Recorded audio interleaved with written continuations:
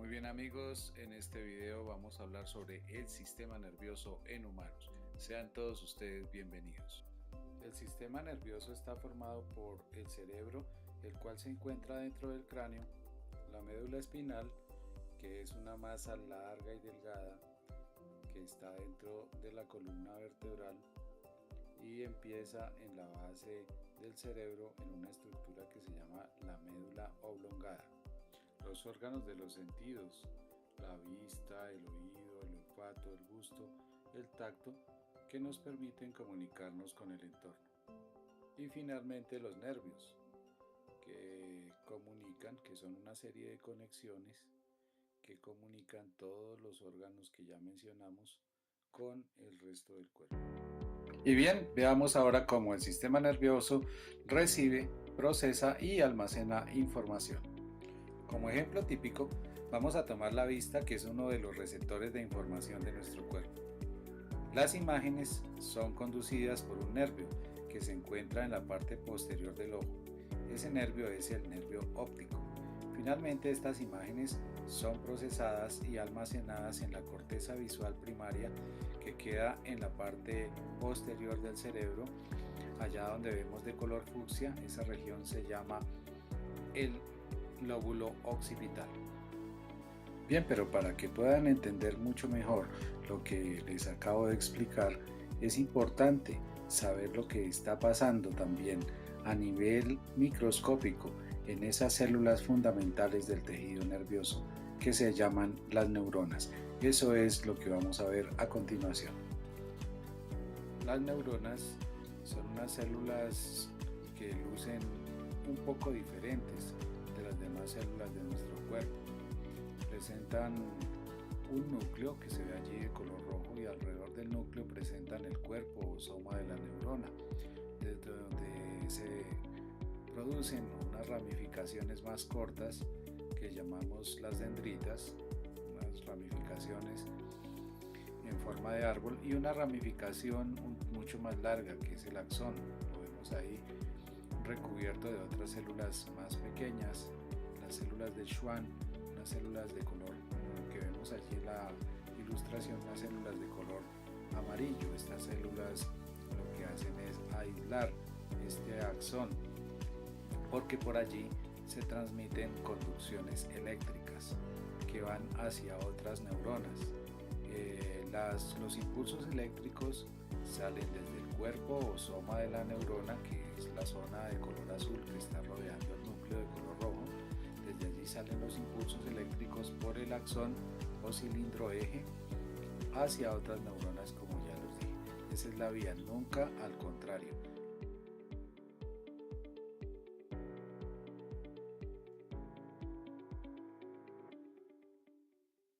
La unión entre una neurona y otra neurona recibe el nombre de sinapsis, y esta sinapsis se da cuando el axón o la parte más alargada de una neurona hace contacto con las dendritas de otra neurona, como lo vemos en la opción A de la ilustración, o también cuando el axón hace contacto con el cuerpo de otra neurona, como vemos en la opción B, o como vemos en la opción C, cuando los axones hacen contacto entre ellos. Pero la sinapsis no solamente es la unión entre dos neuronas, también en este caso que observamos en la ilustración es la unión entre una neurona y fibras musculares para dar órdenes de contracción.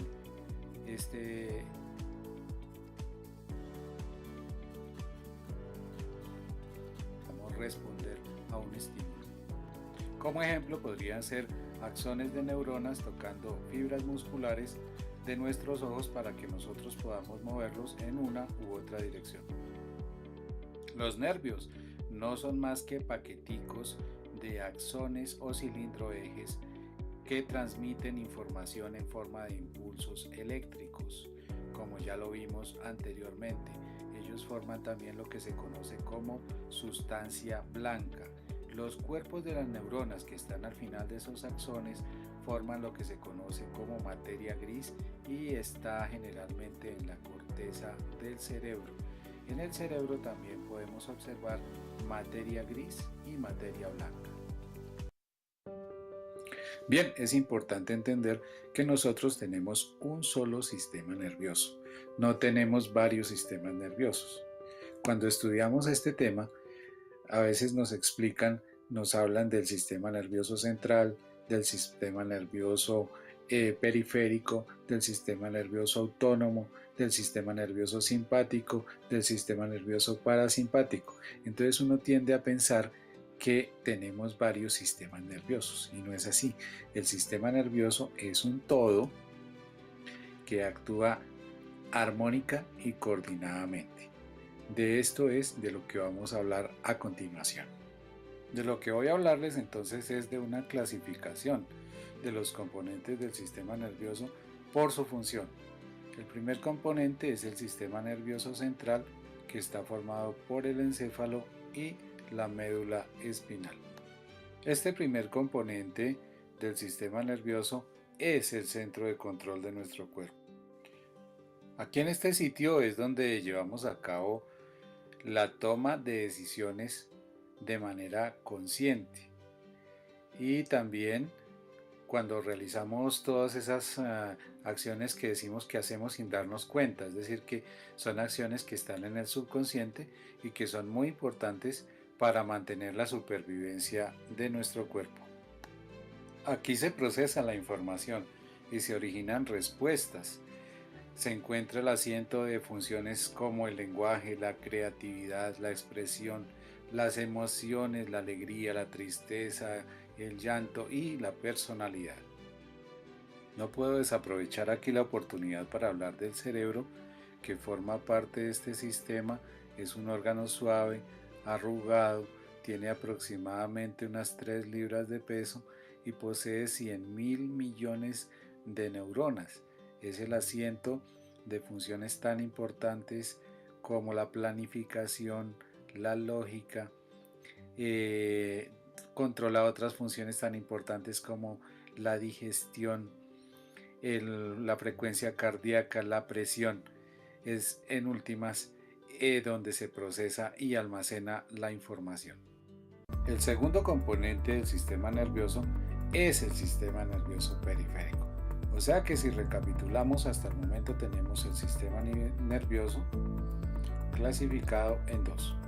Una, sistema nervioso central, que es el que acabamos de ver, y ahora el sistema nervioso periférico. El sistema nervioso periférico está formado básicamente por nervios que salen del sistema nervioso central y van a ramificarse por todo el cuerpo. Ganglios que están al lado y lado de la columna vertebral y los receptores sensoriales, que son básicamente los órganos de los sentidos, la vista, el gusto, el olfato, el tacto, el oído. Para entender el papel que juega el sistema nervioso periférico, debemos asimilar que el sistema nervioso en general cumple 3 funciones. La primera es recolectar información del medio que nos rodea. ¿Y eso quién lo hace? Eso lo hacen los órganos de los sentidos. Básicamente la vista, el gusto, el tacto, el olfato, el oído. Por allí percibimos información del medio que nos rodea. Esa información la lleva el sistema nervioso periférico, toda esta red de nervios que está ramificándose por todo el cuerpo. Esa red de nervios va a llevar información al sistema nervioso central. Y de allí, una vez que se procesa la información y se toma una decisión, por esos nervios, por otros nervios van a llevar esa información hacia los músculos. Entonces van a haber en los músculos 2 tipos de movimientos.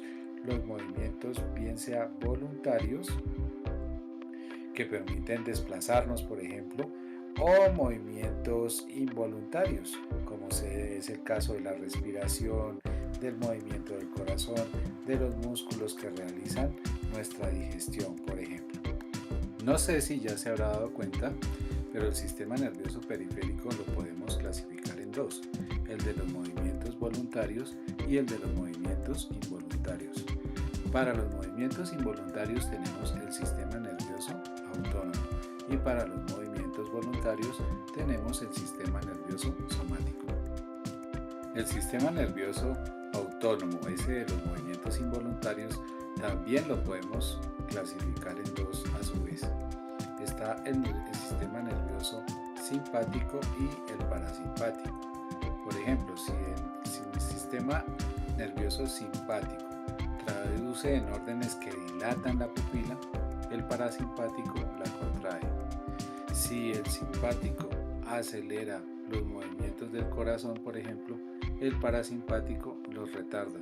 Si el simpático acelera la respiración, el parasimpático la retarda.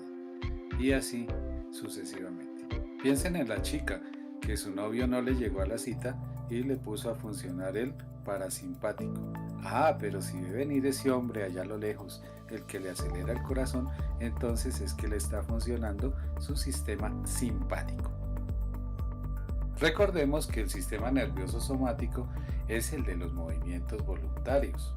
Todos esos músculos que se mueven de manera voluntaria son llamados músculos esqueléticos. ¿Por qué será?